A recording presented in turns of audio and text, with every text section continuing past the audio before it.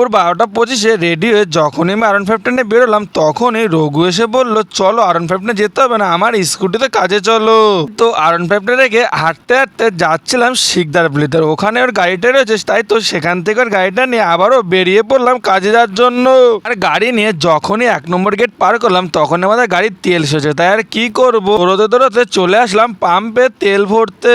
আর অনেক কষ্টের পরে পৌঁছে গেলাম কাজের বাড়িতে, যেহেতু আজকে ছিল ভীষণই গরম। আর এই বাড়িতে এসে দেখি সবকিছু রেডি করা, তাই আর কি করবো, গরমের মধ্যে না বসে চলে গেছিলাম ফুচকার দ্বারা ফুচকা খেতে। আর 2-3টে ফুচকা খেতে না খেতে বসে পড়লো লোক, আর আমরা শুরু করে দিলাম সার্ভ করা। আর এই বছরে মেনু কার্ডটা দেখো, মেনু কার্ডটা এমন সুন্দর করেছে, দেখতে কি সুন্দর লাগছে।